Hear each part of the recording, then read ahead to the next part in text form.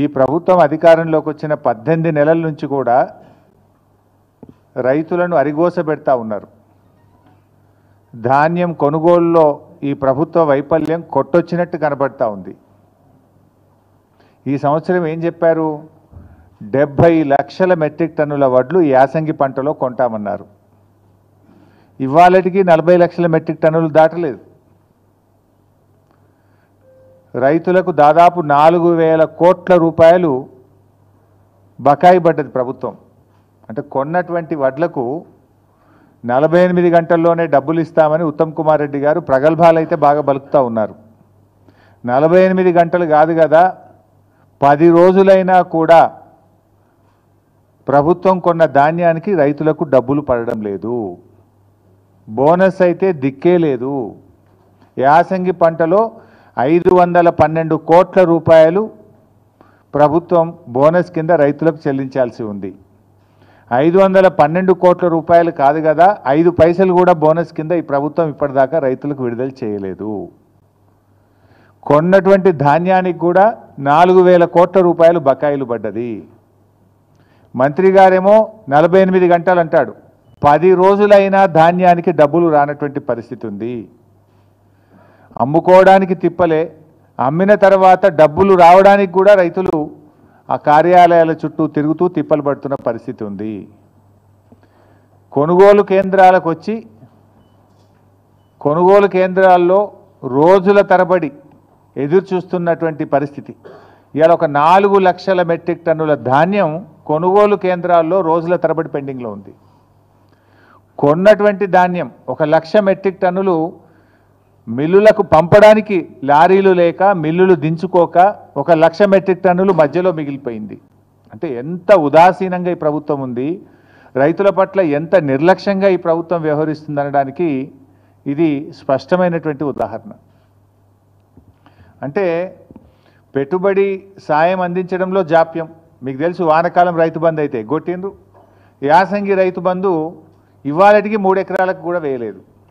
ఇవాళ గౌరవనీయులైన ఉప ముఖ్యమంత్రి గారు చాలా గొప్పగా చెప్పేసిండు. ఏమంటుండు, మేము పెట్టుబడి సాయం కోసం బడ్జెట్లో 18,000 కోట్లు పెట్టినాం, ఏడాదంతా ఇస్తాం, మెల్లగా ఇస్తాం, ఏడాదంతా ఇస్తారట. ఎప్పుడు పెట్టుబడి సాయం అంటే ఎప్పుడు ఇవ్వాలి? పంటకు పెట్టుబడి సహాయం, విత్తనాలు కొనుక్కోవడానికో నాట్లు పడడానికంటే ముందు ఇవ్వాలి. కోతలైపోయినా యాసంగి పెట్టుబడి సాయం ఇవ్వలేదు ఉప ముఖ్యమంత్రి గారు.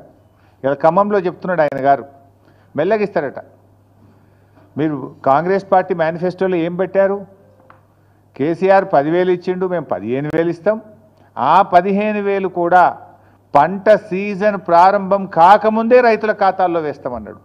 ఇప్పుడు పంట సీజన్ ప్రారంభం కాదు, పంట సీజన్ అయిపోయింది, అయినా కూడా ఇంకా ఖాతాల్లో డబ్బులు పడలే.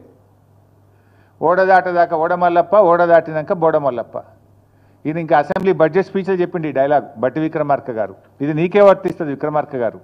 మొన్నటి బడ్జెట్ సమావేశాల్లో బడ్జెట్ స్పీచ్లో ఈ కథ చెప్పిండు. ఓడదాటినాక ఓడమల్లప్ప అంటే బోడదాటినాక బోడమల్లప్ప అని, ఓడదాటినాక బోడమల్లప్ప అని కథ చెప్పిండు. ఇది ఎవరికి వర్తిస్తుంది బట్టి గారు? నీకే వర్తిస్తుంది. నీ మేనిఫెస్టో తీసి చూసుకో. పంట పెట్టుబడి సాయం రైతులకు అందించడంలో జాప్యం, కొనుగోలు కేంద్రాల్లో ధాన్యం కొనుగోలు చేయడంలో జాప్యం, కొన్న ధాన్యాన్ని మిల్లులకు తరలించడంలో జాప్యం, గన్నీ బ్యాగులను సమకూర్చడంలో జాప్యం, రైతులకు సకాలంలో 48 గంటల్లో డబ్బులు వేస్తామని చెప్పి చెల్లించడంలో జాప్యం, ధాన్యాన్ని లారీలు ఎక్కించడానికి హమాలీలు లేరు, హమాలీలను సమకూర్చడంలో వైఫల్యం, కొనుగోలు కేంద్రాల్లో కనీస సౌకర్యాలు, త్రాగునీరు కానీ వడదెబ్బ తగలకుండా నీడను కలిగించడంలో ప్రభుత్వ వైఫల్యం, గన్నీ బ్యాగులు సకాలంలో సమకూర్చడంలో వైఫల్యం, గొప్పగా చెప్పిన బోనస్ను అందించడంలో ఘోర వైఫల్యం. అంటే మొత్తంగా కూడా అంతా బోగస్. ముఖ్యమంత్రి గారు పోయిన అసెంబ్లీ సమావేశాల్లో మాట్లాడుతూ మా ప్రభుత్వంలో తరుగే తీయడం లేదు, అసలు తరుగు ప్రశ్నే లేదు మా ప్రభుత్వంలో అని చాలా గొప్పగా అసెంబ్లీలో భారీ డైలాగులు కొట్టిండ్రు. ములుగు జిల్లా గోవిందరావుపేట మండలంలో ఒక జట్టి రాజు అనే ఒక రైతు 10 కిలోల తరుగు తీస్తున్నారని ఆత్మహత్యా యత్నం చేసుకున్నాడు. క్వింటాల్కు 10 కిలోల తరుగు తీస్తున్నారు. రేవంత్ రెడ్డి చెప్తాడు అసలు తరిగేది ఇస్తలేరు మా ప్రభుత్వంలోనే అసెంబ్లీలో చెప్తాడు. ములుగు జిల్లా సీతక్క గారి నియోజకవర్గం గోవిందరావుపేట మండల కేంద్రం, అదే గ్రామంలో జట్టిరాజు అనే రైతు 10 కిలోల తరుగు తీస్తుంటే పురుగుల మందు దాగి ఆత్మహత్య చేసుకునే ప్రయత్నం చేసిండ్రు. ఇవాళ రాష్ట్ర వ్యాప్తంగా కూడా మీరు చూస్తే ఇవాళ రాష్ట్ర వ్యాప్తంగా చూస్తే తాలు తరుగు పేరుతో రైతులకు అన్యాయం జరుగుతుందని చెప్పి ఇలా అనేక చోట్ల ధర్నాలు జరుగుతూ ఉన్నాయి. సకాలంలో వడ్లు కొనడం లేదు, మొలకెత్తుతున్నాయి.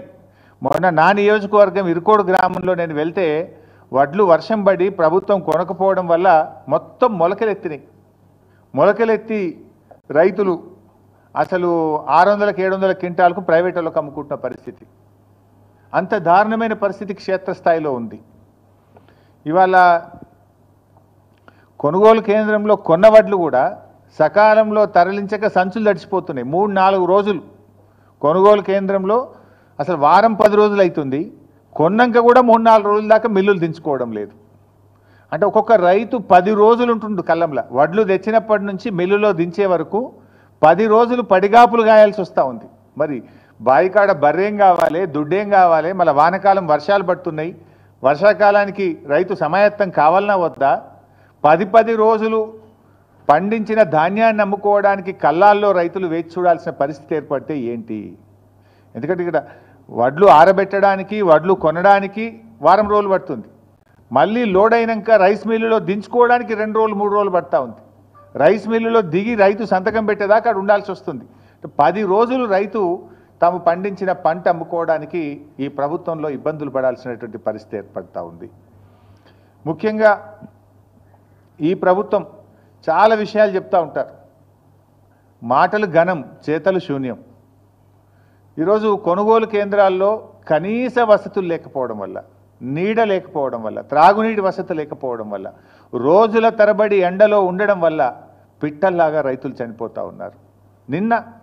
నిన్న మహబూబాబాద్ జిల్లా పోచంపల్లి గ్రామంలో గొగులోతు కిషన్ అనే రైతు నిన్న కూడా చనిపోవడం జరిగింది.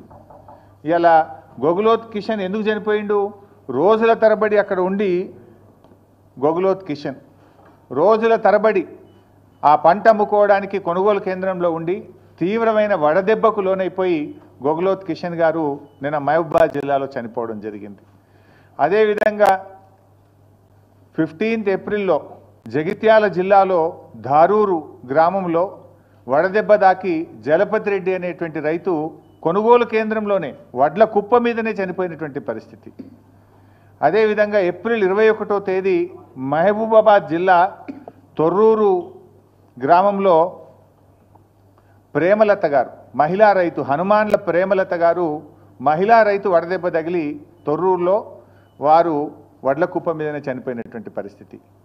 అదేవిధంగా నెల్లుకుదిరి మండలం మదనతుర్తి గ్రామంలో బిర్రు వెంకన్న, చూడండి వడ్ల మీదనే బిర్రు వెంకన్న అనే రైతు వడ్ల మీదనే చనిపోయినటువంటి పరిస్థితి. ఎండ దెబ్బ తగిలి కళ్ళంలోనే తాను 6 కాలం కష్టపడి పండించిన పంట మీద, ధాన్యం మీదనే చనిపోయినటువంటి బిర్రు వెంకన్న దృశ్యం ఇది. అదేవిధంగా మన జనగామ నియోజకవర్గం చేర్యాల మండలంలో ఆకునూరి గ్రామంలో చింతకింది హనుమయ్య అనేటువంటి రైతు అక్కడే కళ్ళంలోనే మరి ధాన్యం అమ్ముకోవడానికి వచ్చి అక్కడే చనిపోవడం జరిగింది.